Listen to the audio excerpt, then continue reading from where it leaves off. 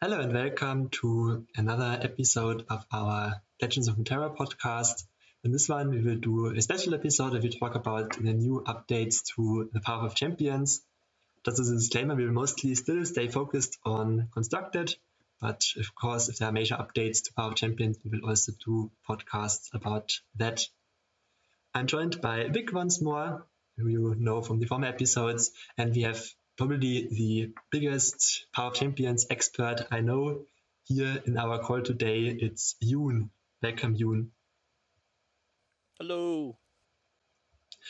So yeah, YouuXun, tell us a little bit about yourself and about your achievements in the game.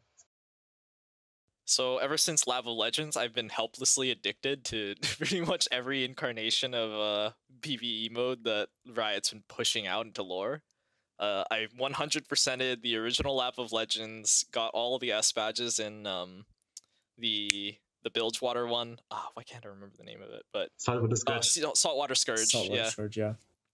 I completed all S badges in Path 1.0, and I have definitely spent over like 500 plus hours overall, and 1.0 alone I've definitely spent more than 300 hours on it. That's kind of crazy. And you recently also started writing guides about Power of Champions, for example. Just some short guides in the community when people need some advice or some assistance. Yeah, that's really cool. Really cool indeed. And yeah, we have a new update. You probably heard of it already. The new Power of Champions, where it's basically a full overhaul. And we've already heard from YouuXun that you've played a lot of the last Power of Champions. I played like half of Champions to level 22. I played the other half to like 16. I have a bunch of videos out on my channel about different runs I did. And for the last few days, I've been just streaming the new Power of Champions as well, basically milling out all of the new encounters.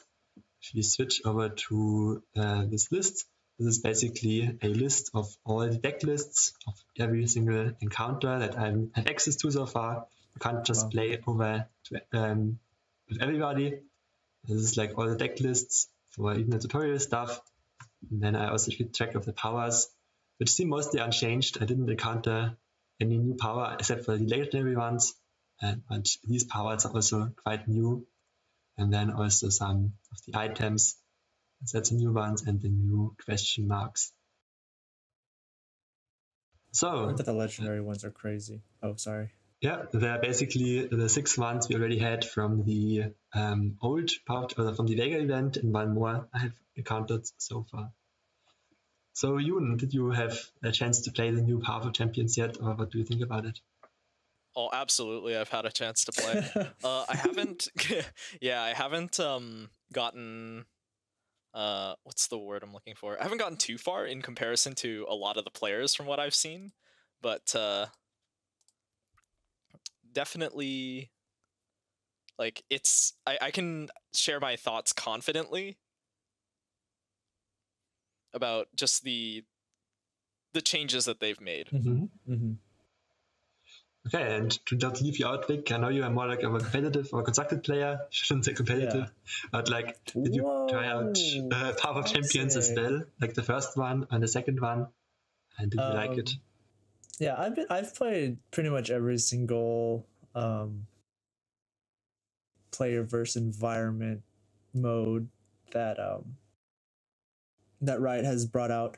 I played like the Diana one and the Leona one, and you know the Gangplank one and all those as well. I've played through pretty much everything. I got the special card backs by defeating Victor. I didn't get the emote though, but yeah, I don't know. I'd barely play. I'll play them once and just be like, cool, and then go back to slamming ranked. So, you know, before the pod, I played through Path a little bit, and you know, talked with some people. I actually went through a run with my younger sibling who has no experience, just to see how they felt about the game and how it, you know, how Path translates a little bit. So yeah, I don't play too much bot games. I don't even play like roguelike constructed games like outside of Legends of Runeterra. It's just not a genre that I really, pursue or follow. You never played Slay the Spire or something like that? No. I played the Adventure Time card game for a little bit. That was really fun. I beat it like the first time I played it, and I was like, that's neat. There's that Inscription game that looks kind of cool. What? Inscription's really good so far. I haven't finished it. I heard so I heard that like they released like a standalone game that's just like only the beginning mode, like the card part or something, because like apparently it changes halfway through the game. Sorry if spoilers. Oh, that's absolutely spoilers. Oh boy. Let's not spoil any random games here. I also haven't played Inscription yet. We have to post Inscription spoilers into this. I'm sorry, dude. Ewan, did you play Slay the Spires? I'm just interested in this. Slay the Spire. So, for quick context, yes, I absolutely have played Slay the Spire. I've played like many different roguelikes, not just card-based ones. Okay, yeah, definitely. I have like 300 hours in Slay the Spires. It's one of my favorite games ever. And I don't know. Roguelikes. Sorry.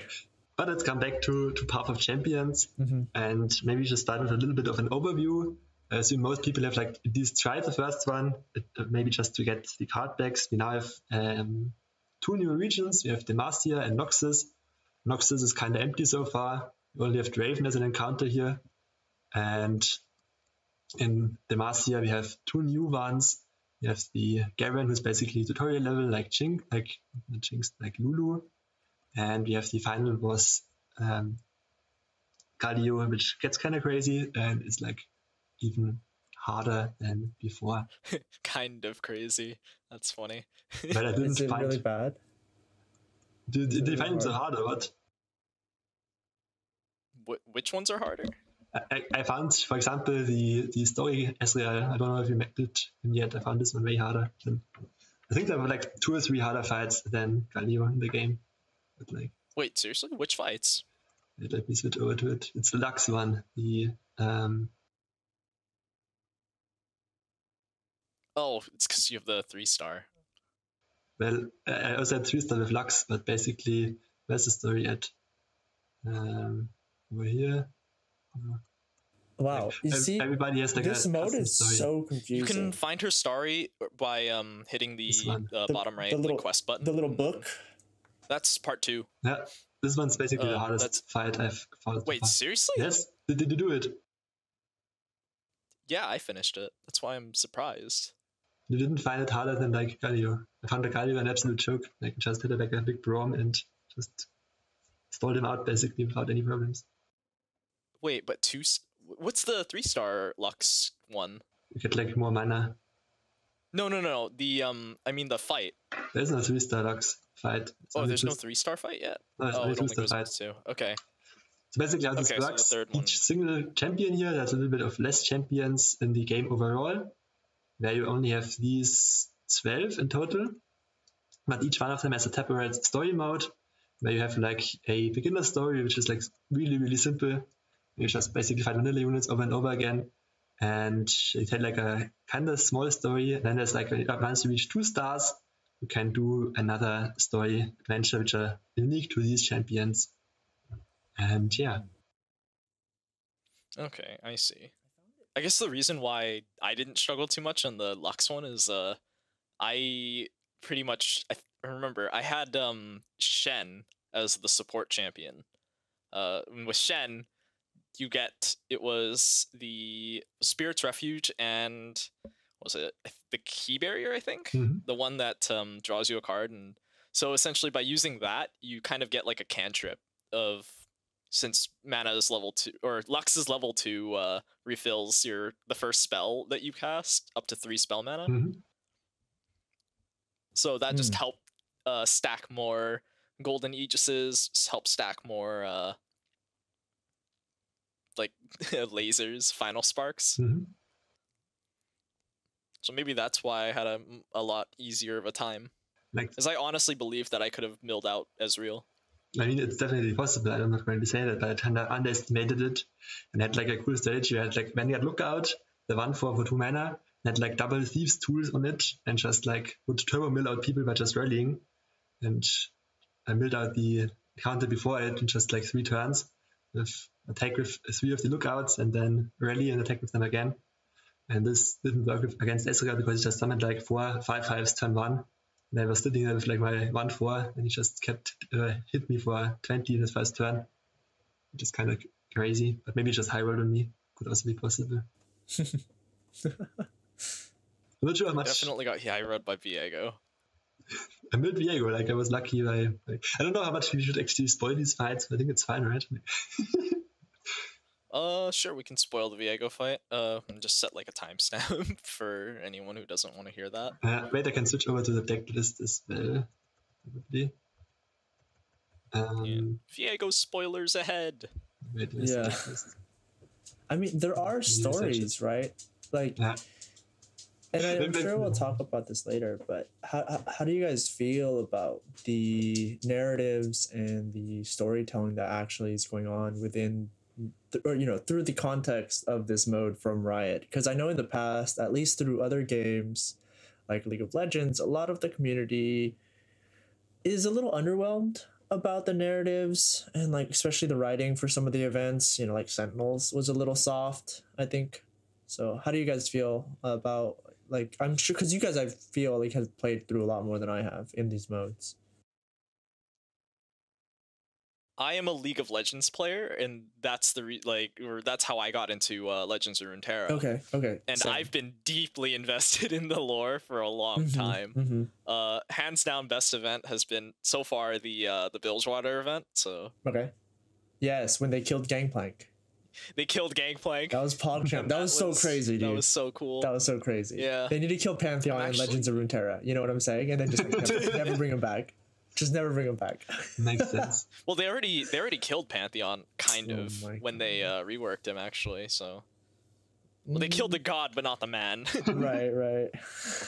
God, makes a lot of sense. But what I was gonna say is, I think the Bilgewater event was actually really successful because it was in much more of a closed, as opposed to like the Sentinels event, which is like, oh, it happens all across Runeterra. Yeah. Like it's not even a problem with League of Legends. It's more of a problem with storytelling in general. Is that when they try and like scope out the threat, like, oh, this is a really big threat, you know, like it's even larger. But the larger the threat, the less the human mind can kind of really understand the scope. So I'm actually really worried about the Void event that's coming up. Oh, because that's going to be like all around, huh? It seems like it's doing something similar. I'm hoping that it mostly stays in Shurima. Yeah, but they're already talking about like Shadow Isles, right? And like it's kind of weird. Oh, okay. Well, we'll see. And like, anyways, what do you think about the story in Legends of Runeterra in the first path and in the second path? So first path.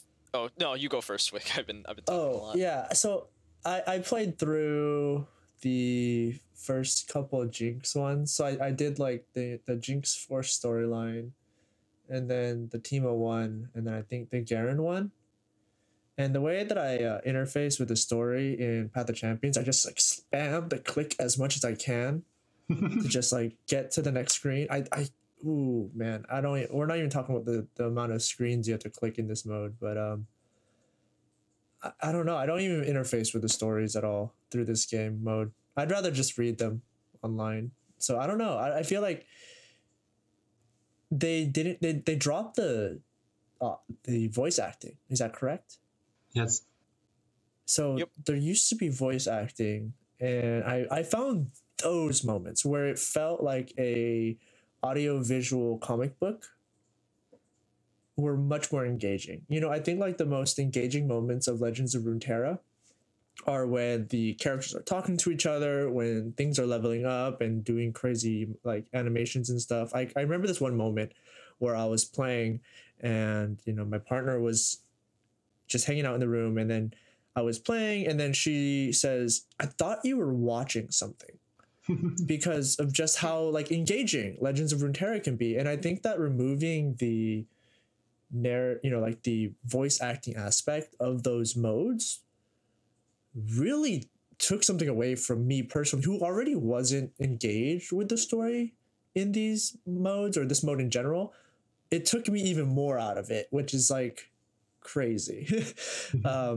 So I was sad to see that go. I understand that, like, as you make more stories, it takes more time to get those voice acted, but I would rather see a smaller scale, well polished product, in my opinion. This kind of goes back into what you were saying about the Sentinels event versus the Bilgewater event. Having it more focused allows for more things to be done well, in my opinion. Conan, how do you feel about the story? I also was in the beginning like you, where I just randomly clicked through it.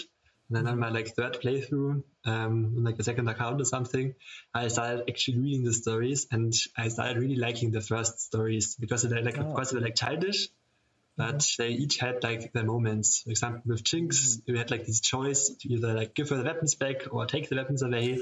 I think that's why. And then in Echo, you also had the choice to either save Ossie, I think he was called, or kill him. And if you save him and stabilize him, he's still staying by your side and fights for you. And then in the Corinna story, you had like this, that's the Sting officer was kind of hanging around, was secretly the operative for Corinna, like Caitlyn's story. And it was like really small twists, but they had a lot of character to them and a lot of cool information. Whenever I go back now and see Sting officer, I'm like, aha, that was the secret agent. And like it's just helped build the lore. And that made me more disappointed that these stories are kind of way more blunt and way more, so way less, make way less sense in my opinion. Like, okay, yeah, because so you were talking about the previous Path of Champion. But both, right? I just wanted to talk about the development of the. I talked about the previous one for the Jinx adventure, for example. Yeah, because I feel like those moments with when they first dropped Path, and you had those narrative moments where you decided what to do. Oh, I forgot that they used to do that, and that was so cool, right? And then like there's none of that anymore. Like you just have forks for no reason. Oh, the story doesn't also make really much sense. For example, like Yasuo fights Zed a little bit, and they're like on the way, and it kind of makes sense. Then like this level 2 story is just like he's getting a letter from Talia that a relic was stolen or something, and then he's like, okay, I have to fight Talia because Talia thinks I'm an old man, and then I have to fight Gangplank because Gangplank stole a relic from Talia, and then Gangplank is like, aha, I want to steal the sword too, and then they fight, and then the story just ends. Cool. It's like really, and the storytelling, and quickly show that as well. Like take a random power here, and then if you go here, you can see the storytelling. It's like a little bit of moving screens, and looking for a young streaming girl might seem a less like that. What's it worth to you? Then it just fight. What's it worth to you? And then you fight. All right. And so the next guy is like the same guy as this one. It's like we're gonna fight, and another guy is like, why did you speak to Talia? She's my girl. She's my friend. Don't talk to her again. And then you fight. It's like, I guess it's a story, but it's like a really, really weak story. It's still better story than Yu-Gi-Oh has, but. Wow, Yu-Gi-Oh just out here for no reason. Got him. Yeah. So what do you think? 1.0 definitely had more of an interactive story. I think my biggest issue with 1.0, in terms of like just the scope of it, right, is I think it's actually too wide, if that makes any sense. Like having those split paths, those like split decisions are really, at least from what I can, or what I'd imagine, is actually kind of difficult to write for. Well, I mean, like you can't, because if you actually take a lot of the characters that were chosen into mind, notably like Yasuo, Alawi, Misfortune are 3 of the champions you can choose from. All 3 of those champions are in the Ruined King game. Right. And a lot of the dialogue actually has something to do with those events. Mhm. As for the Talia thing, calling him like old man, I actually really enjoyed that because it kind of shows off a bit of her character, and they do like a bit of a friendly spar because yeah, so he's probably trying to prove himself. Like, okay, you know what? Like, student's getting a little cocky. No, I feel like that makes total So it's sense. just like a friendly, yeah. So it's like a friendly spar thing. Yeah.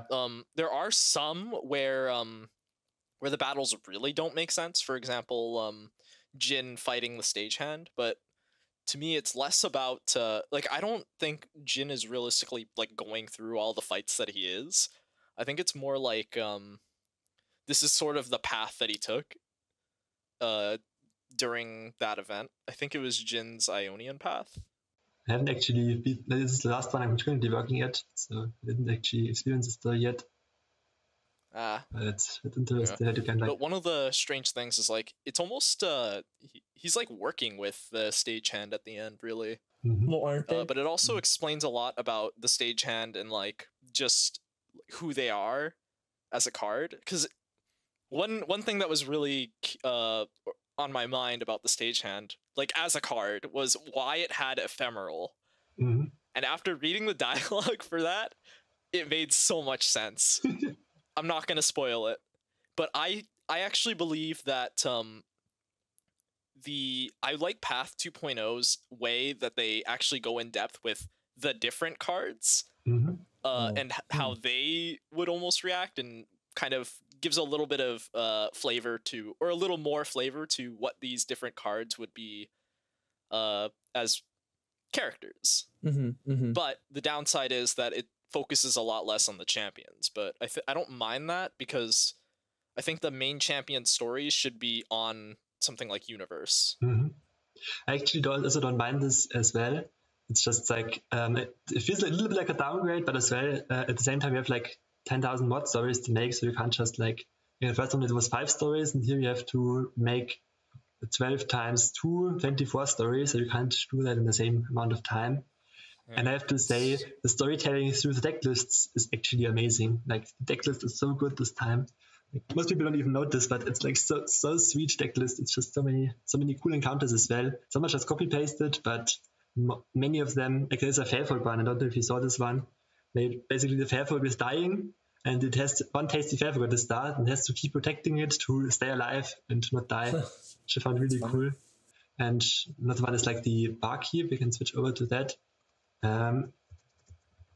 This one, it's basically everybody who's like hanging out in a bar. We have like the Poro, we have a pool shark playing there, we have the slot bot, so like the machine, Beckerly Barkeep, charming guild member, some shady characters like mingling around, a scavenger, and the champion shredder making music.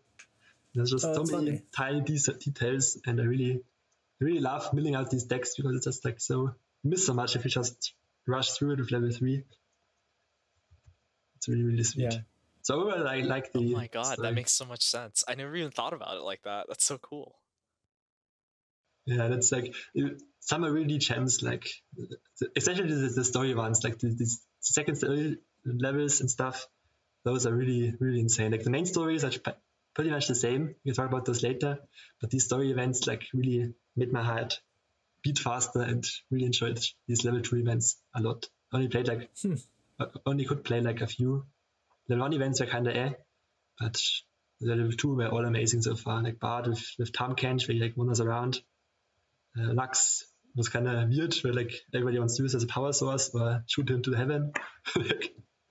But anyways, the story was fun, and I think it's different from the first one, not as fleshed out, but I also think it fits the atmosphere, and it's pretty nice overall. I think it's much more sustainable for the future. Yeah, for sure. Sustainability is a big thing that I'm personally focusing on, because they seem a little more story event focused versus the last one, where it was like just little things that happened in their lives. And that was really not everybody can actually meet in this way. Like, not everything would make sense. Like, and it's just nice, like, that we have these tiny stories. But let's move on to the stories, I would say. Otherwise, we just talk about the lore here. Well, I need to talk about lore, Legends of Runeterra, but about the lore. So maybe the next point to cover would be the progression system. Go to that next. Yeah, if only we could all actually experience the stories because we actually got to unlock them. Yeah, exactly. Yes, I think like this is one of like the biggest issues that was brought up to me. You know, I try to talk to some people who played a lot more of Path 2.0 than I did, and you know, someone that I was talking to, all she wanted to do was play Misfortune, and she couldn't. And I think that's like a really frustrating experience. And I think what I really liked about the first path, as someone who didn't even play it that much, was that I could just jump around and play any champion that I felt like, you know? And like there were times where I could just, you know, hit up a quest and slam that champion. But now in this new path mode, you're really just restricted to the few. And I don't really understand why they would do it that way. I guess they wanted to like introduce like a grind and like a progression system. You should explain first how the progression works before we discuss about it. Do you want to explain the progression, or should I do it? I don't understand it. Yeah, sure, then go ahead. All right, so yeah, the way that it works is that it's almost part of like a lottery system of sorts. Where have you ever played a gacha game? Yeah, you're essentially praying, hoping that you roll into the shards that you're looking for. And it's, you see Conan like hovering over that gold vault. And these vaults contain random shards of a random champion. Right. And if you get enough of those shards, you can either increase their star power level, or you can unlock them based on which tier you're on. The TLDR of how I feel about it is I think it's stupid, and they should have just gone with a single currency that could be used across all champions. Yeah, there's so many different currencies. Because, it's already getting kind of complicated, because there's 3 different leveling systems. One that's grind-based, one that's luck-based, and one that's, like, progression-based. Oh, there's 3? So maybe... Yeah, there's 3. Yeah, like... We have to explain a little bit more because like Wick is still not understanding it. So what are these 2 systems basically? Yeah, so Conan, if you could hover over the top left there, this is the legend level, and legend level gives you kind of this one's consistent across all of your characters. So even if you play a level 1 character or a level 30 character, these legend levels will always stay the same, and they'll give you benefits on all of your runs based on your legend level. It'll give you global benefits, such as like shops can now sell powers, or you can now cut cards at healing. It's those kinds of things. Okay. Mostly quality of life things, I would say. Nothing really game breaking, just like makes all of the runs a little bit smoother, a little bit nicer. I think legend levels is the best part about 2.0's progression system versus 1.0. I've seen someone complain about that, actually. I know that I keep bringing up other people's complaints. No, that's valid. I saw someone. Let's finish explaining the full picture first, and then go for the complaints about it. Next point. Yeah. Next one was the leveling based system, the grind based system, as I call it, where every champion, it's champion level there. Every champion has 30 levels that they can reach, and every single level gives them a little bit of a benefit. This is from the big past part one, right? That. Yeah, this is pretty much the same as, or very, very similar to the previous one, where it'll give you like, but this one's nice in which that it gives you deck upgrades as well as the health upgrades, and so I think that's really nice. And finally, we have the champion shard system, which is easily incredibly overpowered and also impossible at the same time, because you can't reliably farm these shards. When you get enough of these shards, randomly from these like different chests that you get from either dailies, weeklies, or progression events. Can you pay for it with money? No, you can't even pay for it. That's why I'm so confused. Like if Riot wanted to implement this, right? I'm trying to figure it out too. That's why you do would gachas, make right? this? Like Yeah, that's why you would do a gacha. like So I'm Genshin, wondering, right? like, why? People just pour money into so that people game. can pour money into it. But But you can't buy it. that's amazing. That's so sick, dude. I love my when, theory. Like, oh, go ahead. Oh, sorry, What's your you go theory? first. No, what's your theory? I was just My making theory is that Riot implemented the system so that a bunch of players would start complaining, like, "Oh my god, I can't get my champion." It's like, all right, we heard your cries. No. We're gonna implement a way for you to buy it so that. Literally pay to play. Oh no. I don't mind actually paying for some of this content because I really love, just like if a game is good, I'm willing to pay for it. Of course. Like I'm willing to pay for DLC content for 2.0. Well, didn't we already have pay to play content with the Viger path that you can only access through the pass, right? You had to buy the battle pass and then you got access to the special final boss Viger fight, right? I thought it was free. Like I thought you would always fight it. But I remember the first one was free, but I don't know about the second one. The second one was basically the first one, but reskinned. Okay, yeah, but I thought it did some different thing. Okay, well, I thought that the monetization path, for Path of Champions was going to be like paid to buy these like additional quest lines. You know what I'm saying? Not like pay to unlock your champion. I agree that would probably be a way better system. Like, why would you? I don't know. So those are the three progression systems. Yeah, like it's totally random. And another most important point to bring up, we actually get more champion shards than champions we already have. And like Riot has defended this by saying there will be future content as well. Here I have like 10 extra and I can't even use it anymore because I've it fully upgraded. I've seen people with like 300 extra or 200 extra. Oh no. In one champion. That's kind of the most frustrating part. And another important point I would say is like the biggest power source was the second starting mana for most champions. And these star powers are optional, so you have to manually upgrade them, which I kind of like, because then if you want to do a challenge run or something, you can do it without it automatically going through. So the main power source are these star powers, I would say. Do you agree, Yoon? Yeah. Yeah, honestly, the power, or what's the word I'm looking for?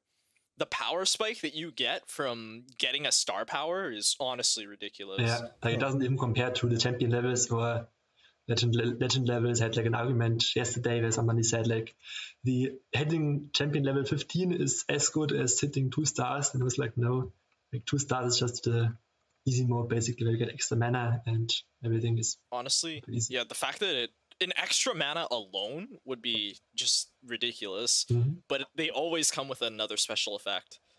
Most special effects are kind of minor, like sure as an extra stats, but it's not like game-breaking extra effect. The main one is the first star and the third star, the main power, so it's like more of an upside, but the starting mana point is really what makes some of these fights impossible. Like how do you fight Galio with like 1 mana? Sure, it's possible, but it's super hard. Man, it's so much more difficult. Yeah, I heard that some champions, like their powers are just so completely bonkers, while other ones are just like very, very bad. Like, have you have an example for that? I didn't really experience it yet. Yeah, so like if you look at Misfortunes, her star power. Are we allowed to look at them? Yeah, yeah, like, sure, why not? That looks no. I just don't know if the game like will allow you to look at like the 3rd star of Misfortune. Oh, I see. Oh, let me see if I can find it actually. But do you see like this is like so much weaker than like what you're showing for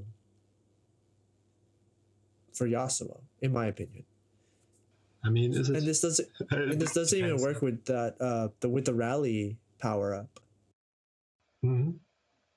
I think it does work, right? Like round start. Well, I've heard that it doesn't. Like this triggers first. Like this checks first, and then top row, yes. Power is top to bottom. Like the units on the board work with rally power, but the powers don't. I didn't really get to play with it, but like 3 powder monkeys, it doesn't seem too bad. Yasuo just stuns the Varron start. So, did you find the level 3-star power? I'm looking for it, Okay, and I can't find it. that's I fine. do know I can actually check on what Miss Fortune's level 3 is, because her level 2 or star power 2 is actually not that bad. Hmm. Where whenever you attack, draw a unit. Oh, that's pretty cool. Yeah, and I'm pretty sure that's the reason why the powder monkeys are there. But man, the powder monkey's not super great. If it was a powder monkey every turn, that'd actually be really nice. I'm not even gonna lie. Yeah, if it was every turn, that'd be crazy. But I want to see what her star 3 is. But while I'm looking that up, if you guys want to continue your discussion. So Yeah, but the biggest complaints I've seen so far is like just that you get this overflow of champions and you can't play the ones that you want to play. I wouldn't say it's necessarily malicious intent. What I thought would have happened in the last half was just that many people just wanted to play, like you said, one guy. Just wanted to play like Miss Fortune, and then they played Miss Fortune, grinded it one day, and then they were out. And a lot of this progression system shows me that they want path champions to be encouraging new players to try out different stuff as well. Not just the one champion they played a lot. For example, now you also need to beat, like you want to, this one's the same. But for example, Victor is it? They have to beat Victor with like one random one from Bilgewater, one from Noxus to actually progress. And I didn't find this really a hindrance because you can also just progress with Draven, which I did. With like, once you see it anymore, you needed like Ionia and Runeterra and one random. So there's like always two ways to go for, but you are encouraged to not just play one single champion, but try out multiple ones, which I think makes sense and is also helpful for the game. Right. And I think this is just like an oversight that you get like excess star powers, and I don't think like they really are going to push it to paying for it. Maybe they will, but I don't really. I wouldn't mind it, especially with like for in-game currency. But even for money, I wouldn't mind it because I would just not do it, probably. Yeah. But yeah, that's the biggest complaint I see. What other complaints did you see so far, Wick? I saw some people say that like the global progression system for the legend points kind of took away from how roguelikes in general were supposed to function, you know, where each class is just growing and you're growing them independently. So I've heard people complain about that, which I think is valid. But I mean, even if you look at like Hades, right? There are ways to permanently just buff Zagreus outside of just the weapons independently. So I guess like legend points translates to powering you up as the player. And I can agree with that being valid for the game. You said that was your favorite part. Yes, so let me explain. I love roguelikes. Legend levels are not a roguelike element. It is a roguelite element. Light, yes. Big difference. So as a roguelite element, I love it. If it was a roguelike element, I would hate it. It would be awful. Gotcha. Mostly because as someone who grinded out every single champion on path 1, that was one of the hardest things to do. One of the things that was really a big hindrance is number 1 was unlocking your first power, which was at level 8. Another thing was unlocking maybe your first relic slot, which was you can now do through grinding, and you automatically start with a common relic slot. That's very nice. Right. One of the things that I really missed every time I started a new champion was, we'll talk about having to gather relics later, but right now, one of the things that I at least enjoy now is I don't need to keep grinding every single individual champion until I get their power or until I get their what was it? The ability to cut cards. Right. Which is just, those were the things that were really holding me back.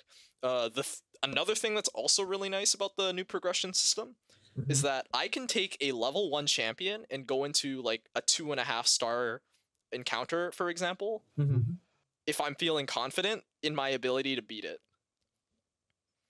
And I can actually just get more XP that way.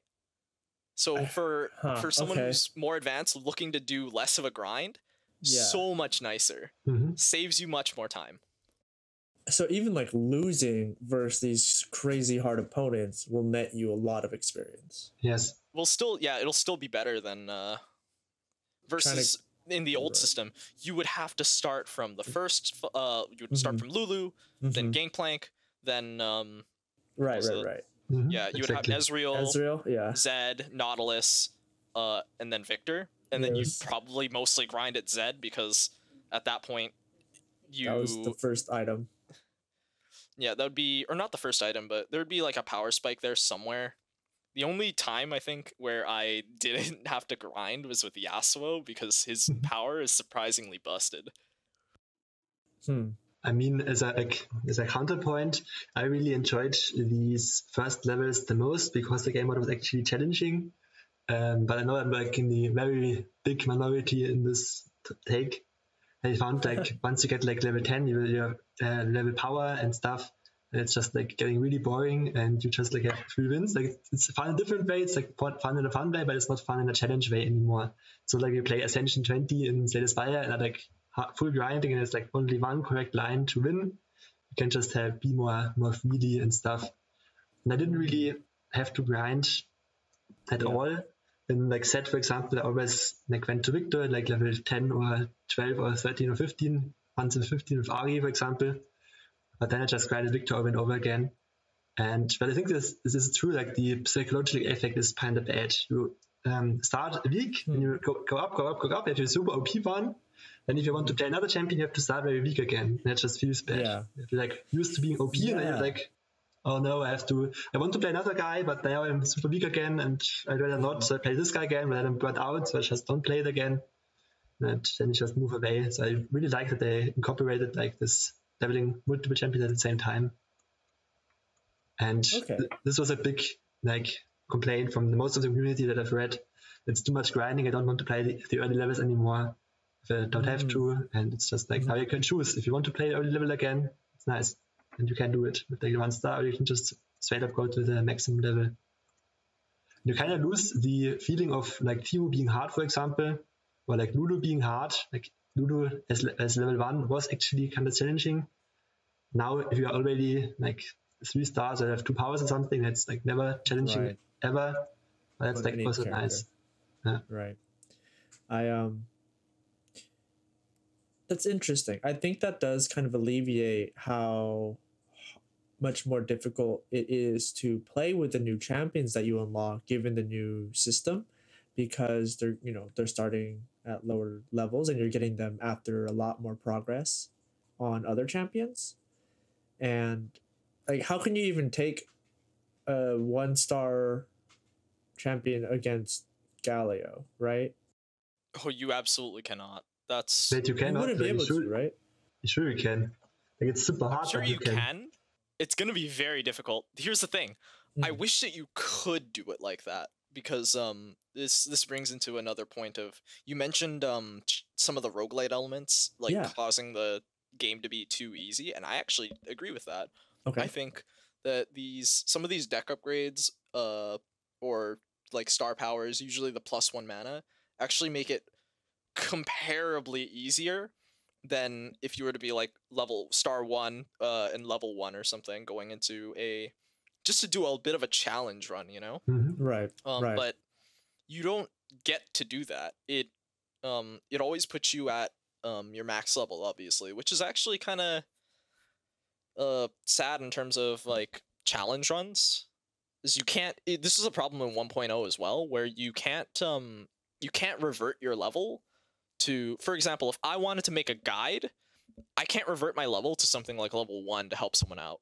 That makes sense, but I would say the champion levels are a little better with that, because they are just like very, very easy ones to play around. Let's say you want to play at level 1, then you guys just say, if I'm at 10 life, I died, something. Or if you're like super high, at like 40 life, if I'm like at 20 life, I died. And then you can just play around this way, and most of this stuff is like just making the actual deck play a little bit more smoothly, play it a little bit more fairly. The internet gets like a random common item and stuff. I think this is actually fine. No, I disagree. Okay. Ooh. There are some elements that make the decks like way stronger. For instance, I know the Jin deck actually gives Boom Crew Rookie +2 attack and quick attack. Oh. So like it's like, oh well, if my Boom Crew Rookie would take 3 damage normally, like it'd be dead, right? Which is always the case. But now it's going to be dying a lot less often because it has speed wraps and extra damage and a pickaxe. Yeah, level 2 it already gets the pickaxe. Like you can't control how much damage your unit has. Mm-hmm. That's true. So You that's know, where, I definitely, and for example, like I definitely with something would, like Yone, yeah. Sorry, I want to ramble a little more. no, sure. go ahead. Yeah, with like Nomad's Battalion, every time I play a Yone, I just have to keep in mind, like, okay, I'm only allowed to play this on turn 7, and I have to pretend that I have like 2 mana less. Oh yeah, and then you had to bank mana, and then you had to play that spell mana. Aha. Yeah, it's impossible. Yeah. You know what I didn't like about the champion level? It doesn't tell you when things happen. So you can go and it doesn't show you that you're making any progress, but like when you go into another game, like your cards have items suddenly. And you're just like, when did that happen? Mm-hmm. It was actually very confusing. Honestly, yeah, the power is very jarring. I would definitely also like to turn it off or be able to turn it off, like just how Slayer's Lair does it. That was always my complaint. Just let me do a little checkbox here, 1 star, 2 star, 3 star, and just let me click on it and let me choose it. Or like champion level, just like a drop down box and let me select champion level 1, champion level 2. It would add a lot of replayability for almost no cost at all. So I would definitely like that. I don't know if you can make that assumption. I don't know. I actually have an idea. Yeah. How about making encounters that specifically set your star level to a certain level? So for example, they introduce like a new encounter in Shurima, like they or not Shurima, let's say Shadow Isles. They introduce something like Thresh's Fight. Mm-hmm. But during that entire Thresh encounter, like if your star level is higher than 1, it'll be set to 1. But it would kind of feel bad if it's like forced. I think it's more better if you just have the option. Like in the original labs, it's like the legendary difficulty, normal difficulty, which is true. If you wanted to try hard, you could go legendary. If you wanted to just have fun, you go normal. Or grind out the matches. That's true. I think 99% just played normal over and over. I know like 3 guys who have like all of the legendaries completed. Did you complete all legendary fights? I did. Okay, that's 4. But yeah, like it was kind of grindy for me, but it was nice that it's optional and that didn't have to be forced. So definitely turning this off or making this optional would be an improvement. I think right now most people just play through it once or twice, then they just play with the favorite champions a few times and then they will not touch the mode again. So I think most players will spend a lot less time in the mode overall than they did with the original Power Champions. Yeah, I agree with that.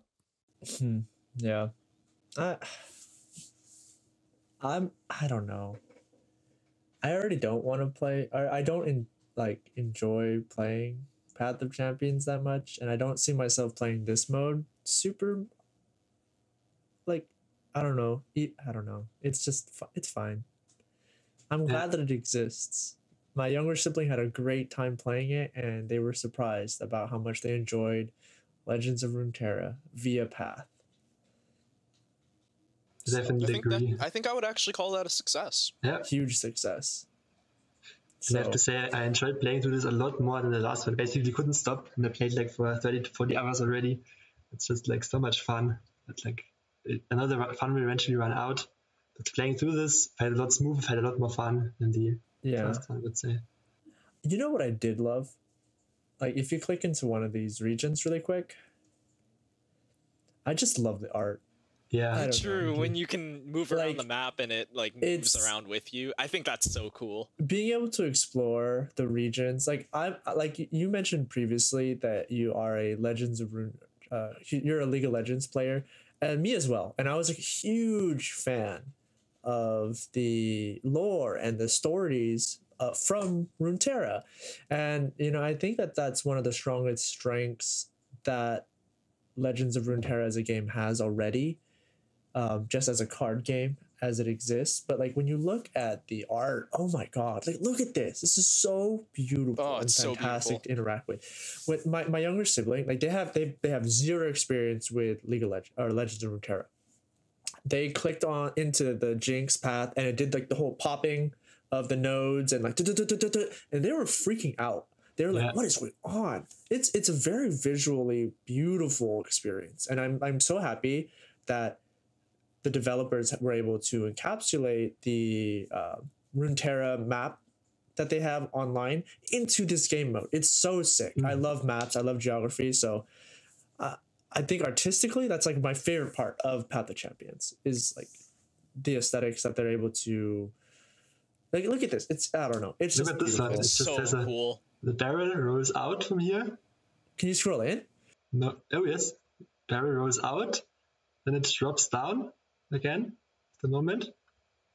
Wow. Wait, Like, I didn't even notice that. That's so Someone cool. did this. Yes. Then it rolls out here. Then it rolls down there. I love how it turns. That's so sick. Yes. It's so cute. It just like vanishes. Bye-bye. But it's like Just so disappears. many details. It's like Wow. fish over here. these- Yeah, I didn't even. Oh, Yeah. that's so cool. There's a sea monster. There's a sea monster Ooh. right there. Shellfish. I just noticed this before because I had like this open and I was like Yeah. just continuously watching over this. And I know many people complain about there being too many animations and too many things popping up and stuff. But I think this Yeah. actually helps a lot for getting into the mood and getting into the feeling and being captivated in it. It's just really, really cool. I love this I so think much. the comment about the pop-ups and stuff, like you know how they added, I don't know when they added this, but I know it was in the previous Path of Champions as well. Like after you complete a challenge, it does that little animation of the rewards popping up Mhm. with like the money and like the little bag. Yeah. I despise that that animation. Okay. I kind of also don't like it because the back kind of looks bad. But I mean, it just you can't interrupt it. You can't click through it. There's nothing. Like it needs to be faster. Like I think that's just like a complaint that I'll have about this whole mode in general is just how much clicking you need to do in order to progress and move on and just do anything. It like really like there's so many clicking. Like you have to click into the zone, you have to click into the champion, you have to click into the module. Like it's like I don't know. I just feel like I'm always clicking in this mode way more. And then another complaint. You see how there's like a 3 on the little storybook? You can never make that 3 go away, no matter what you do. And it You can, but only through going and finishing the. For example, Conan here has like these like X out of 3 completed things. It means that 3 Yeah. of those can be completed by an Ionian champion. Yeah, but then there's going to be like more of them then afterwards. like these 3 I can complete, or these 4 I think. there's probably one that you've Yeah, this one I can't. that isn't like Ionia compatible. I'm guessing it's actually Ezreal. No, Victor is the one that's visual and Noxus. Oh, okay. Yeah. Ezreal is whatever. Okay, got it. Yeah. So then, yeah, it's just Victor. But that's what those 3 quests mean. It's very confusing, in my opinion. Yeah, I hate notifications. Like, even though I know what's causing it, there's no UI indication for right. that. There's a lot of confusing UI in this mode. Mhm. Oh, yes. I would say so. I think that this mode needs a little bit more user experience tuning to make it a little bit smoother and less frustrating to use. Like right now it's very confusing. I don't think that they use like one thing about Legends of Runeterra is that it uses pop-ups to like educate people, and I feel like there's just not enough pop-ups in Path for some reason. Like things need to be explained more. So Mhm. yeah, I don't know. I think Path is fun sometimes. I love that Path doesn't have a rope, and that's the best part about Path. Oh, You just can't just walk away, yes. for example, and do something else. It's literally so sick. Like I can't. It's fine. You can just sit there talking Yeah. Yeah. and chat about something and think. I play Path during work. Yeah. Don't tell anyone. Well, this is going to be published online, so I'll send it they'll directly never to know, your, it's fine. your supervisor directly. Like once I was like in a doctor's appointment and I just started playing, and then I was at the appointment and I drove home and I just like loaded up the game and it was still there. I love just that. patiently So cool. waited for me. And I love like, that. I love that you can close it. You know yeah, what I mean? absolutely. Yeah. And it like stores it for you. Like most games, even like online other games I know, they just like if you close down your PC or something, they don't save for you. They just like it's gone. Especially mobile games, but this one actually keeps you a save file, quote unquote, for 1.5 hours. It's just so nice. You know, maybe that's why they had to kill Crossshard.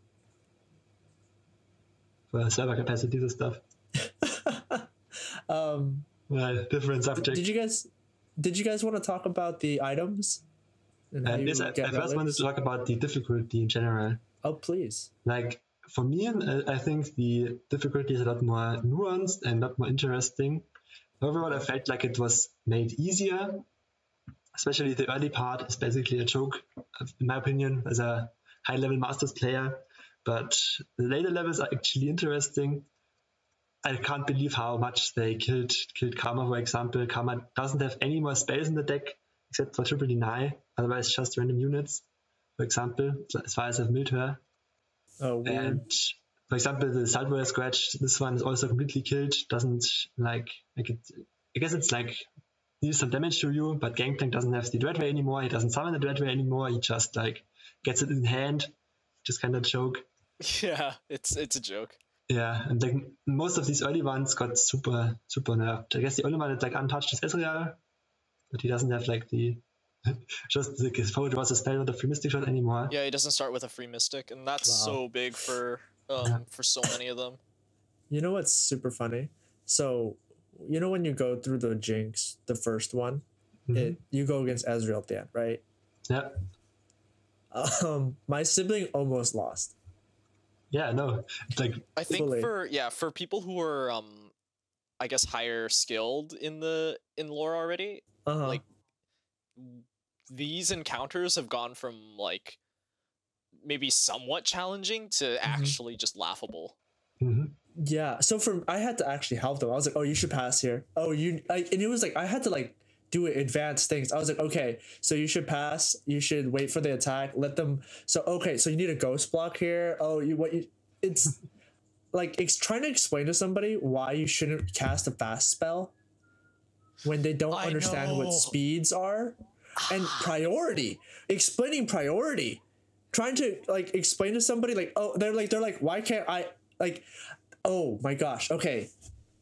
In so Path is like the tutorial almost for this game, and that's the only reason why I was going through these steps with my younger sibling.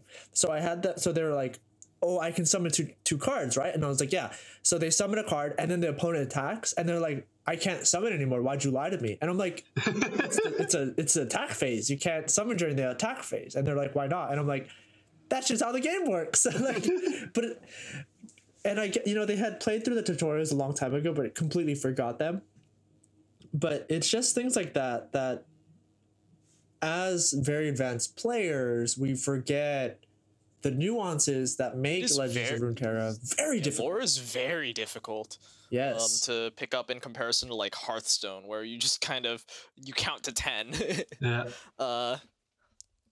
But I, at least from what I've seen, and this is for the original Path as well, where whenever I see players struggling, it's like, oh, what card should I take here? What power should I take here? It's like, I'll be honest with you, Chief.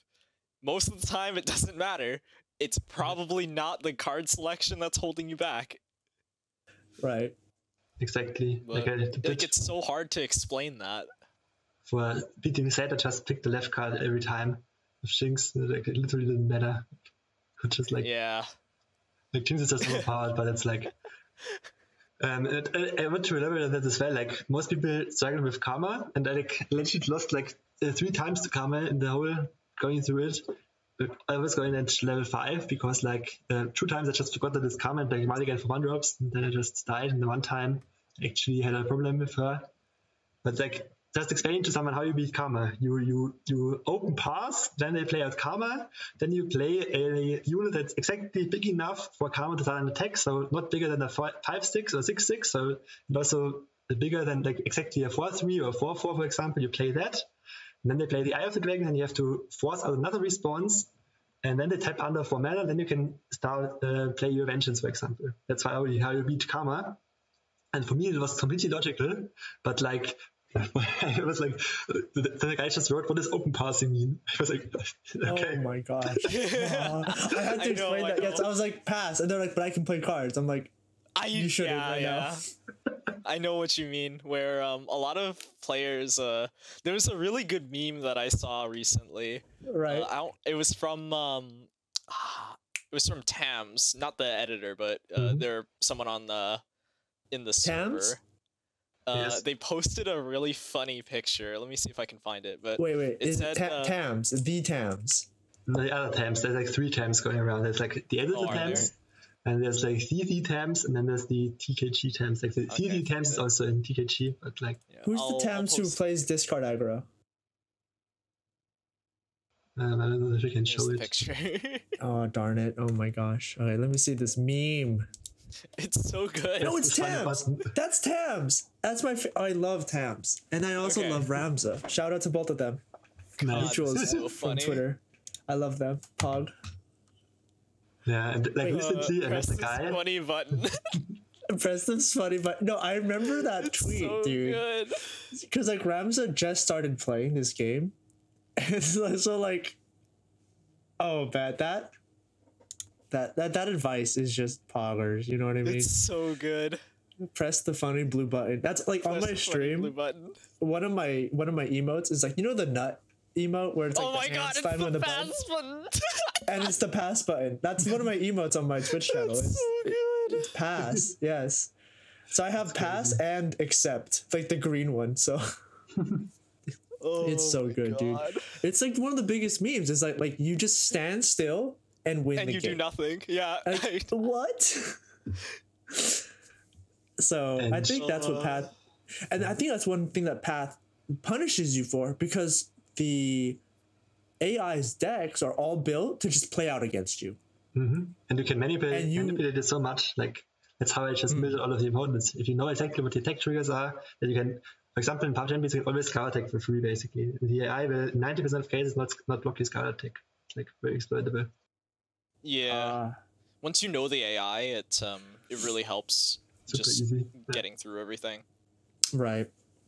Well, that's even more advanced than just like having knowledge of like the game, right? Exactly. I've played 300 hours of Path. I literally can't get it out of my brain. It is locked. You're crazy people, the both of you. Yeah. Yeah. You couldn't call me sane if I didn't do this. LOL.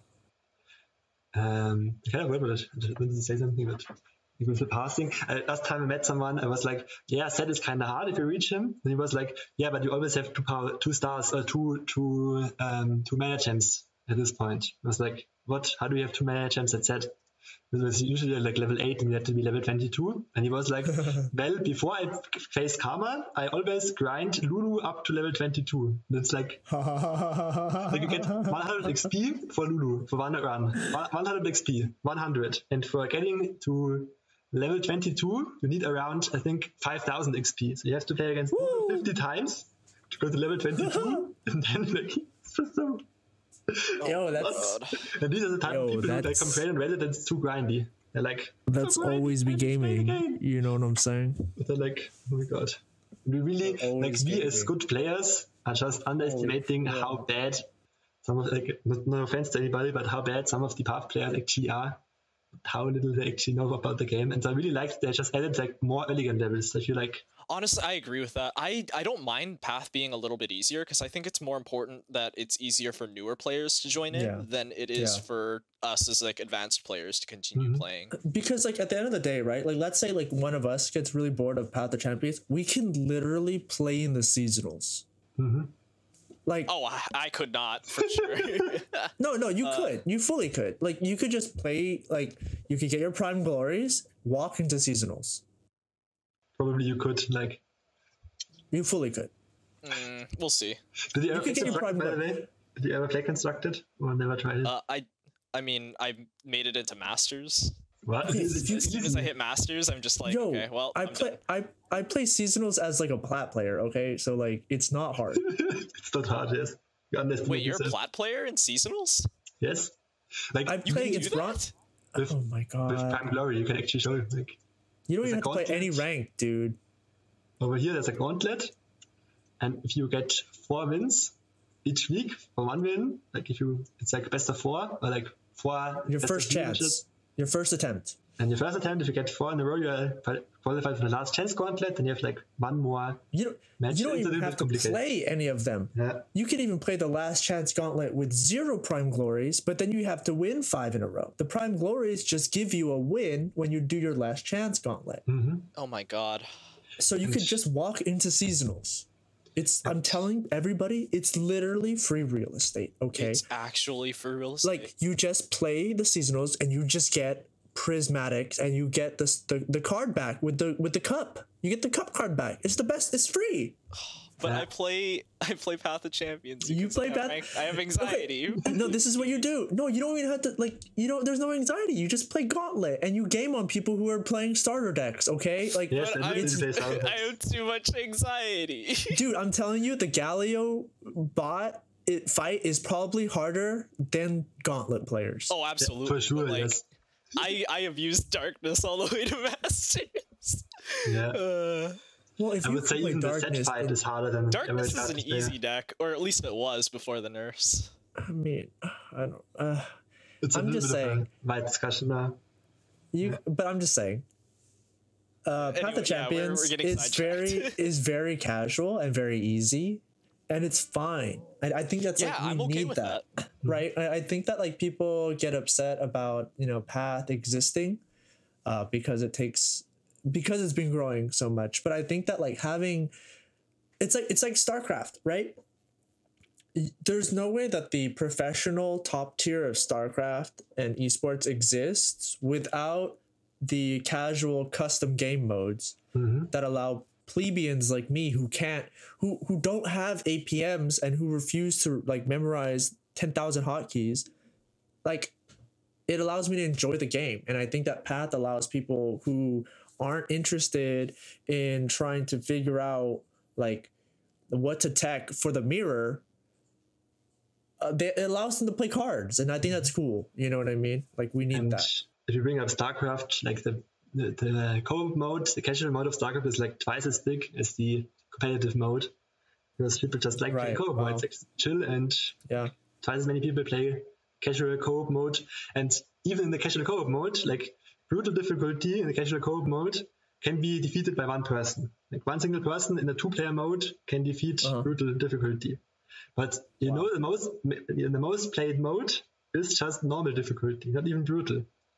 It literally is like it's like slower than normal speed, normal game speed. It's like everything is slowed down. You You're literally play crazy. like for 40 minutes and just sit there and build up your army slowly, and then slowly run over your opponent. And that's like the most played mode of StarCraft by far.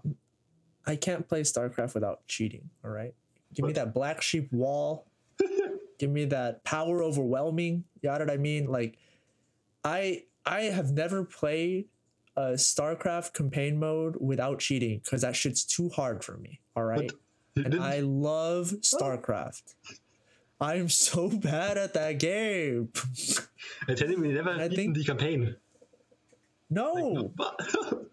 No, Sorry. I do beat the campaign because I just watch it. I just watch it unfold. Like I just like like you put the cheat code that automatically makes your units unkillable. They one shot everything, right? And you just like watch the gameplay itself. That's how. And then you like there's no shadow of war. You have max gas, max minerals. Like you're chilling. You just watch the story. So I feel like that has allowed me to enjoy StarCraft on such a deep level. And like without those casual modes and without the cheat codes and making that game so easy and just like literally I can just like not play it. I love esports now. Yeah, absolutely. And it's like so crazy because like I'm just the guy who had all the achievements in the campaign, beaten it with brutal, beaten it with only carry again, beaten it with like only circlings, and like it's so crazy that other people just like enjoy the game in a different way. Like, it's fine. I just refuse to lose, right? And so if I can't be the best, I just won't even interact, right? And so like I used to have a friend who was like literally number 7 in North America, right, for Brood War and StarCraft 2. And I was like, well, I can't be as good as you, so I'm just going to be casual. Like, it doesn't matter. Like, I'm not going to be competitive. Like, I don't care. And that's like the type of person I am. So it allows me to just like, I don't know. I think it's funny. It is funny. Unironically, casual mode, StarCraft, Brood War got me into esports, and look at me now, always be gaming. Absolutely. Maybe back to Path now. One last thing we could talk about. We could talk about the relics still. We didn't talk about them at all. Yeah. And actually, first of all, I started making a list again with all the relics, but you can literally just see what they are now. That's so nice. It's so nice. It's just like know what you're missing, know what you have to go for. Oh, wow. They should do that for everything. Oh my god, seeing this made me so happy. Yeah. Meanwhile, legend levels and star powers just didn't get that memo. Yeah, not yet. Yeah, power yet. That's what I was... level. I wonder if that's just like they're trying to keep it secret. No. I don't know. I don't like that. They literally posted it on the support page. I don't even know why. Like, it's not even that hard to find. Yeah, they have it on the about page. You're right. Yeah. I think it's just an oversight and they'll edit it in the future that you can click on it. But back on the topic of like relic unlocking. These are also RNG based. It's annoying that there are certain relics that you can get multiples of. For example, getting Challenger twice really sucks. Getting Overwhelmed twice, like some of these support, like grant my support ally elusive. There's some that just you do not want multiples of. Yeah, someone showed me their 3x quick attack, and I was like, "You got triple attack, gamer." Like, wow, that so sucks, bad, dude. Like, why do they even allow that? Or you know what they should allow you to do? Put like 3 in there. I understand, but like, why do you need duplicates? Why do you need double overwhelm? What was it? Your units have +1/+1 for every keyword they have. Oh, so if you have 2, if you have 2 overwhelms. Wait a second. Actually, Gigabrain. True. Any truers in the chat? Hello, mod check. You know what they should do? They should introduce what they did in League of Legends with the champion reroll shards, where you could like shuffle like 3 of them and get like a random one. Oh, no, that could be kind of nice. That'd be sick, right? Yeah. Or hear me out. Just like set it so that you can't get duplicates of certain ones. Well, okay, that's just a little more complicated, in my opinion. No, it's not. I mean? You have to like, actually program this in. Like, yeah, you would have to assign like. You would have to assign special tags to like each like specific ones, and then like what happens if you accidentally forget one? Difficult. You don't know that. We don't know. That's what patches are for. We don't know what their system is. It could be dog water, dude. Their code. They could be working out of one master file. They have. You know what? They have one file. That they're like the Legends of Runeterra code base is literally 500,000 lines of code, okay? There are 0 comments, all right? The relics are actually coded as minions. The relics are minions, okay? There are no comments. I have no idea what you're talking about, but like... Well, yeah, the big meme is like, in League of Legends, everything was coded as minions. So like, Jace has an acceleration gate that he can put down in League, and it was coded as a minion. Wards are minions. Crazy. That's why you can teleport them. Oh, it's because they wanted to make sure you could teleport to things, and so that's why like Jack in the Boxes from Shaco, those are minions. It's like what else was a minion? I feel like I think like Thresh's Lantern, right? Thresh's Lantern. Who's the Viking? Olaf. Olaf's his axe used to. His axe is a minion. You know, it was like ridiculous, dude. I've seen like people like teleporting axes. It's crazy. That's like, so funny. I think we're So relics are integrating again, minions. but like, yeah, I can see. Sorry. I can see what you mean. It's like, right, small indie company and like bugs and stuff. Yeah, the small indie company. Small indie company. I wanted to actually discuss what we wanted to kind of go over is the relationship of the PvE mode with competitive. One quick thing before you move on to that, I just want to mention that the relics are not completely random, but like if you finish a 2-star adventure, you can reliably get one. You can reliably get one. So like if you have for each champion you randomly unlock, you can reliably get one of these relics here. That's like super random, but you get like key ones, I would say, almost always. But like the rest is random. You can't grind anymore. It's also important for like the context. You can't just go GP and go and over. Just have to rely on like the weekly chest or whatever it is. Get the relics. Oh, interesting. Yeah. But it's like important to point out. I feel if just say it's random, it's like this is like how it looks for relics. I have a random question. So you know, okay. So if you close this menu really quick. And then, so you see how like we have this tiny menu popping out from the top right. Sorry for any auditory viewers. There's random rewards that pop up. Yeah. And I don't understand where those are coming from and what triggers those. And it's so confusing. I agree. I know where it is. It's just I look for them and I'm just confused at where my rewards are or like what new quest I got. Or... Because like normally you like rewards just pop up after a game and you just get them or they're on the reward screen. But like now they pop up at the end of the run. Right. And it's like a little extra notification that's not always there. I don't like that. Yeah, it's from not like the user experience. Right. It just feels bad. Like I'll even though I know what's going on, it still is a bit jarring compared to the old system. Definitely. Right.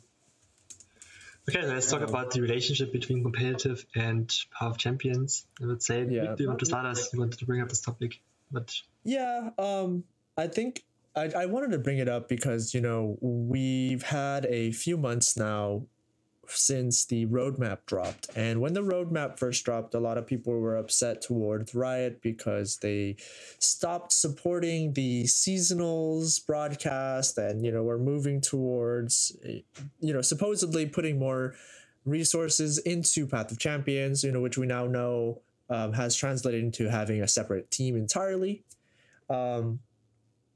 And I think it's just really silly for a lot of competitive players to sort of accuse the developers of making the game, killing the game, by making it interesting or engaging for casual players. You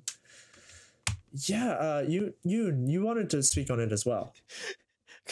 I know people are saying like, "Oh, PvE is killing competitive." Meanwhile, me, who after the Victor buff had to play through Path 1.0 with like an upgraded Victor to speedrun all my shit. I'm here thinking, man, competitive ruined my PvE experience. Oh my God. I'm just kidding. Oh, and then the karma buff because and then the karma buff as well.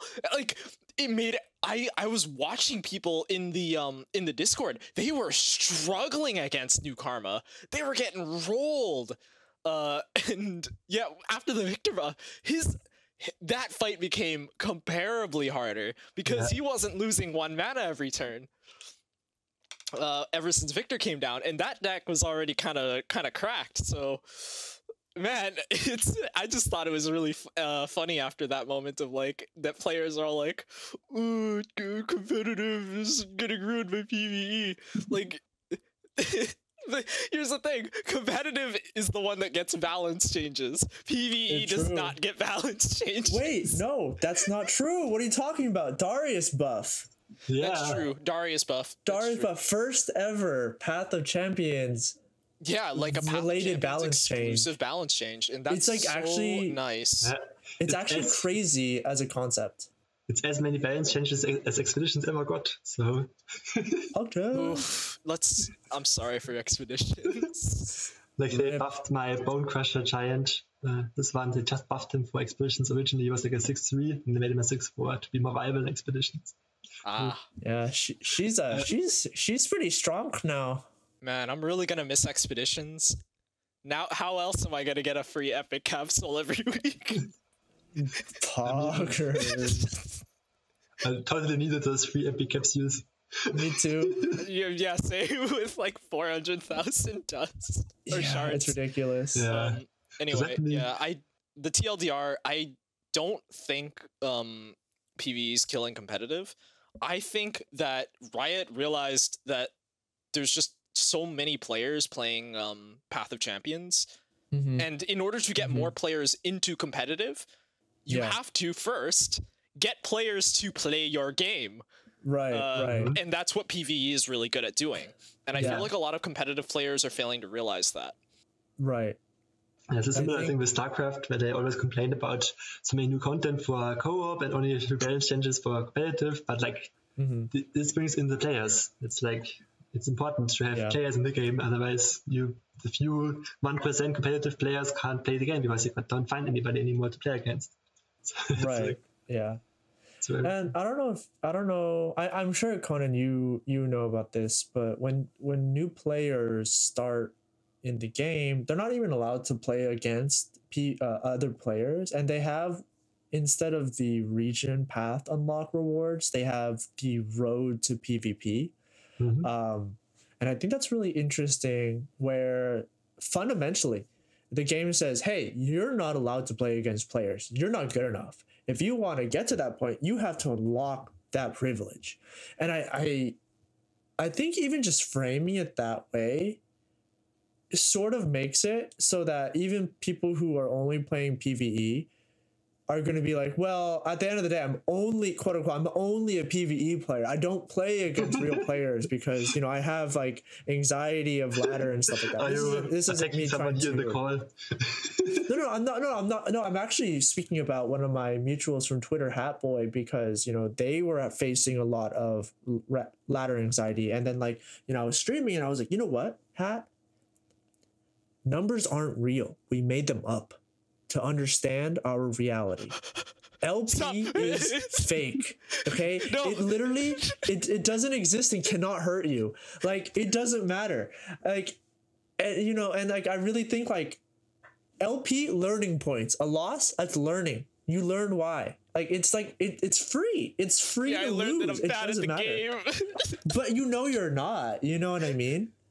Like, you don't need numbers and like a rank and like an icon at the end of the season to validate that you're enjoying the game and being able to express yourself through it. And I think that a lot of people have ranked anxiety and, you know, player versus player anxiety. And I'm really happy that Path of Champions exists, because like I was at a cafe and one of the baristas, she plays League of Legends.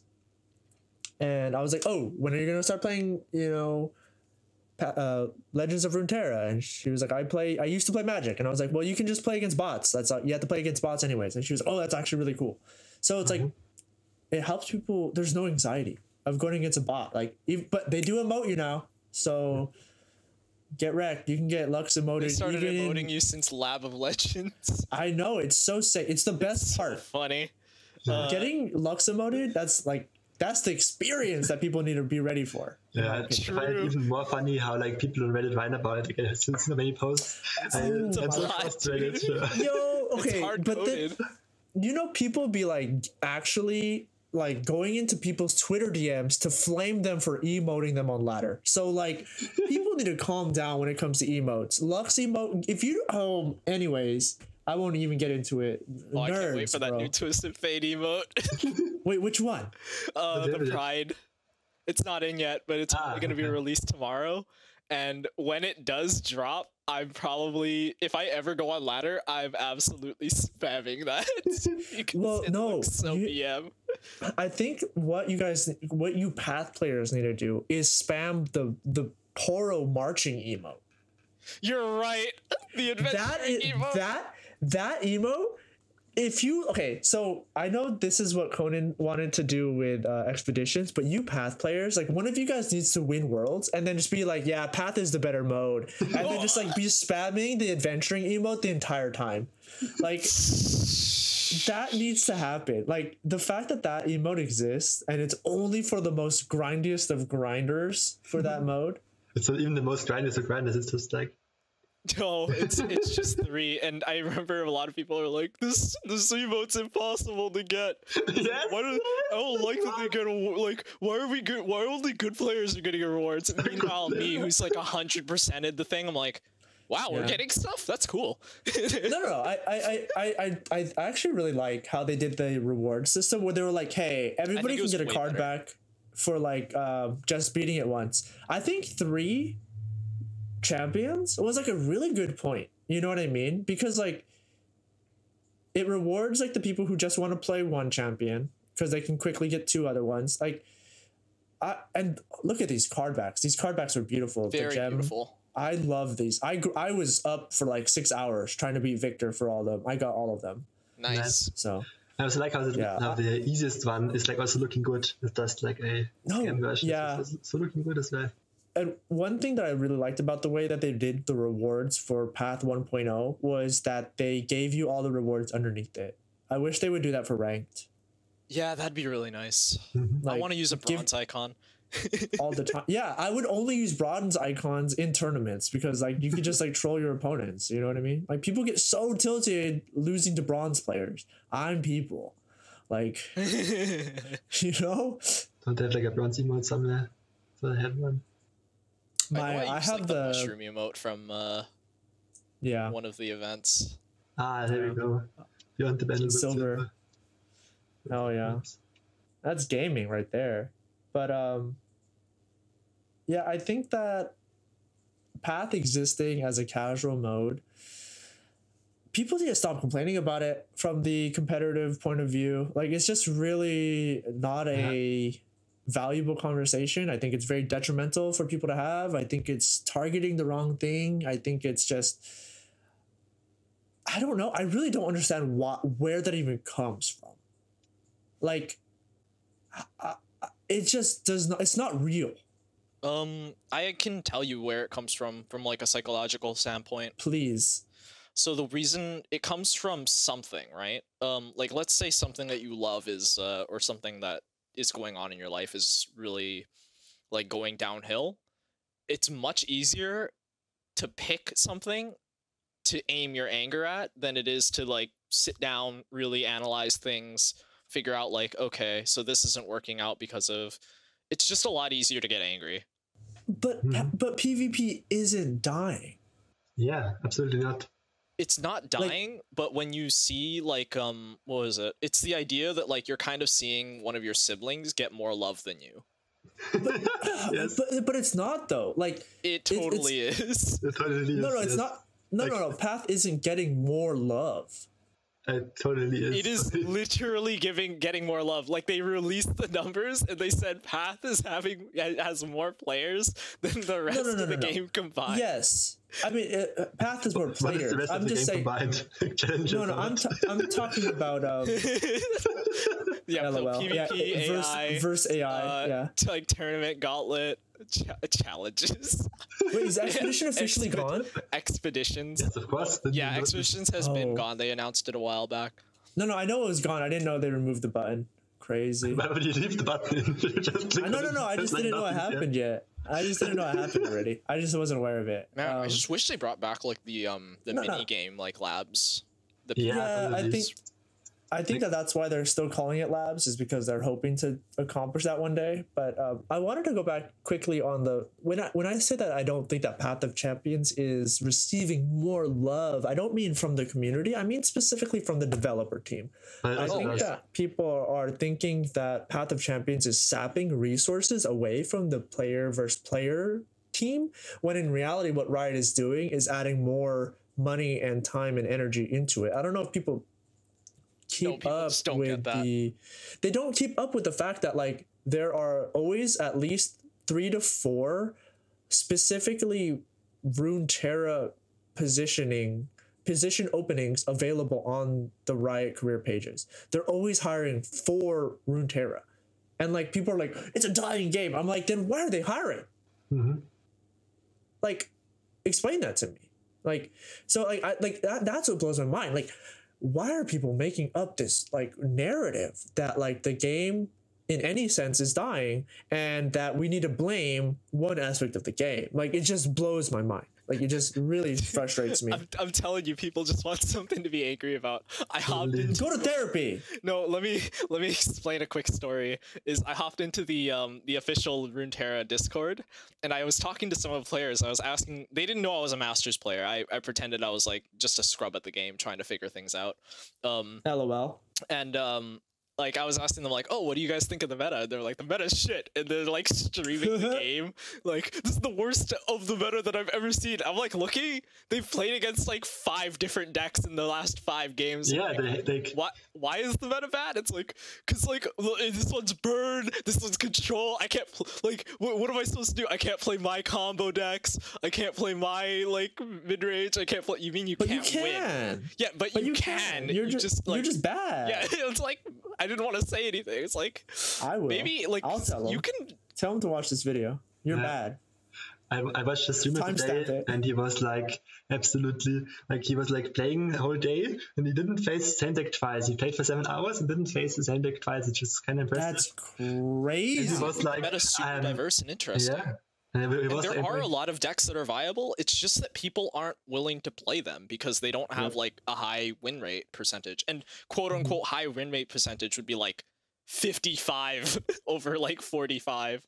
Which is like nuts. Like, yeah, people don't understand like that a 51% win rate in a card game is extremely viable. Oh, it's super viable. Even 45 is viable, yeah. Especially if it's like an off meta thing that people don't know how to play around. That actually like take Alan Z that played Shellfolk. Also, we're like going off of path way off. I don't know if we want to go back there. I just want to quickly... we're talking about the implications of PvP. Yeah, see, like, we're all like, you guys are path players, and you are able still... Go ahead. The streamer who was like, after 7 hours of playing, he was like, I think I'm going to leave this game. It's just way too diverse, and I can't even tech properly to climb anymore. Like, this is like What kind of... That's a complaint? I'm going back to Yu-Gi-Oh! Because it's like 3 decks and I can actually prepare for it. It's like, totally a complaint. The game is too diverse. I totally understand where he's coming from, because one of the best times I had climbing was when it was TLC, Nasus, Thresh, and Azirelia, and I just did nothing but play Trundle Lissandra control. Yeah. I think most has like the highest player base, player data so far. Everybody's for complaining the meta was shit and stuff. Actually, the most people were playing it because people just like playing broken stuff. Yep, so pretty much. So often the main court are like people coming in and saying, what deck is broken right now? And we're saying like, yeah, you can just basically play everything. They're all like similar power level and you can just play whatever you like. They're like, okay, I guess I don't try it out then. Well, then those people should play Path to Champions, where they can make a very broken deck. Yes, exactly. Right, and experience the power fantasy that they want to experience. Like, but like at the end of the day, when it comes to competitive, like Legends of Runeterra is like an exceptionally balanced and it is very vast game. It's crazy. Well, that's the beauty of live balance. No other card game experiences balance changes at the frequency that Riot is supporting. Like, and like we have the numbers. Like the skilled Roy, like, put out that video outlining the number of patches, the number of changes. We're getting way off topic from Path to Champions, but Path to Champions is not killing PvP. Yes, absolutely not. No, the TLDR is not killing PvP. Absolutely not. Maybe it's a last. He is killing. No. Path to Champions is killing TFT. You're right. Actually, what's funny is TFT might have accidentally killed lore, but that's a discussion for another day. But anyways, we're not gonna talk about that one. Yeah, we can talk, like, it's a hard topic to discuss. We've got like 12 minutes before. I think. Maybe the last statement. One thing I want to quickly talk about. I wish they would monetize the game mode more. Like, just in general, we are so I don't even know the English word for it, but basically we are so they give us way too much, and we are so like what is the word, Wick? When like, as a child and you give it candy all the time, spoiled. Exactly, we are so spoiled. Yeah. And like if it was think, like any other card game and stuff, it would be like you get one champion and then you would have to grind for 2 weeks to get like maybe a second champion, and then you could buy loot boxes for $10. Yes, exactly. It's so awful. Yeah. It literally made the similar mode, and you had like one starting champion, and you had to like grind them for 2 weeks, and then you could lock a second champion or something. I don't know what it's called. Right. I was like, what? They're literally just giving out 5 champs for free. It was, or 10 technically, because they needed 2 copies. So they gave you 2 Jinxes, 2 Vi's, then 2 Caitlyn's, 2 Echoes, and then 2 Jaces. And it's like they just give you all that for free just because of Path 1.0. And I'm like, this is actually insane. I didn't even think about that because, like, you know, I have like infinite shards, so I didn't even think about that from like a new player standpoint, from like what the introduced, because like I was doing the math for how much it costs to make a deck, and so like a deck like Mono Shurima, and this was back when Mono Shurima, or you know, right now Mono Shurima is very strong, is a $30 deck with all the epics and, you know, champions and whatever. And then you look at a deck like Elise Spiders, and based on the game's reward system, it's a $6 deck. And I think, speaking about monetization, I think it stands to reasoning that Riot is not tripping about making a lot of money off of Legends of Runeterra.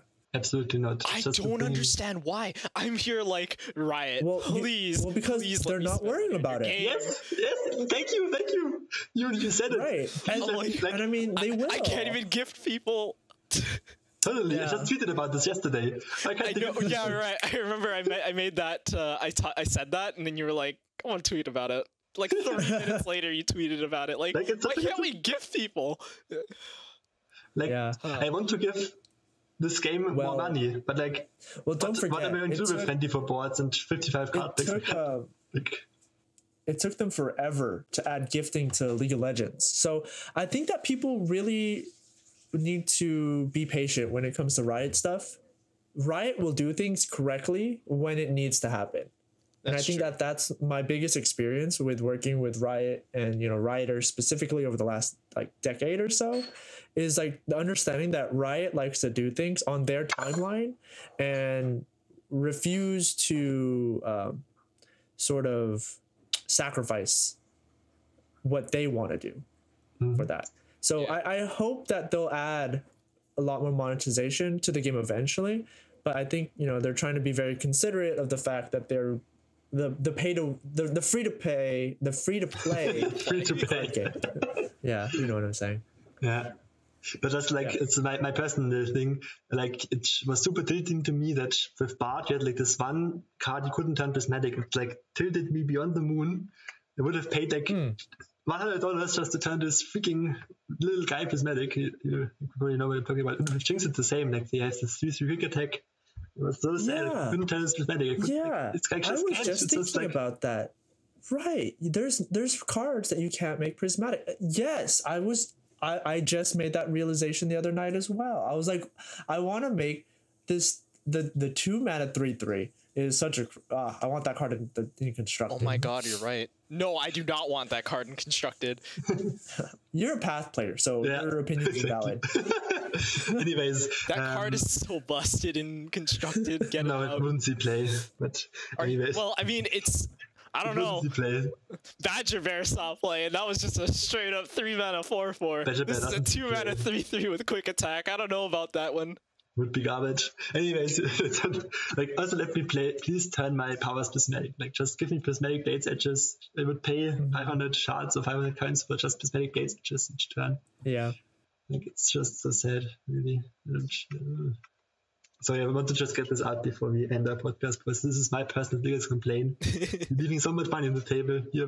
How many players would just turn random stuff prismatic because they could? But I think that's a really strong indicator that we shouldn't be worrying about the finances of this game.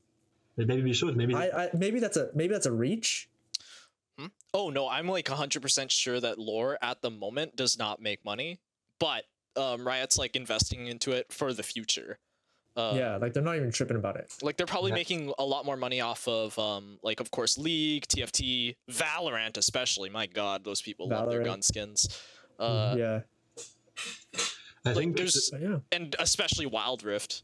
I think people are actually sleeping on just how much money Wild Rift makes for Riot. I think this game makes a lot of money with all the skins. Possibly, yeah. No, I think 100% Wild Rift is or Riot's cash cow. Well, I'm not going to say it's the most, but I'm saying that like even PvE players like their skins. Yeah, I just bought Caitlyn for Jhin just for PvE basically. They're so nice. I actually think lore might be making more money than League of Legends in the long run. In the long run, possibly, but I think the main purpose of lore is just to bring children and old people who don't have the APM to play LoL anymore, to keep them in touch with the universe and to just... Me! Yes, exactly. Me as well. I don't have the APM. I can't believe you called out all three of us in one statement. Yeah, my League of Legends status is card gamer APM. Yes. I can't break out of silver in League of Legends. It's so sad. No, literally, I'm stuck in silver. I'm so bad, dude. I made it to gold, and then it just, oh my god, it just went down from there. And I'm like, oh no, I can feel my body degrading. I'm turning into a boomer. SMH. Anyways, I think this is a good point to end it. Because we have to head out anyways. It's like almost 2 hours now. It was amazing. Yes. Thank you so much for joining.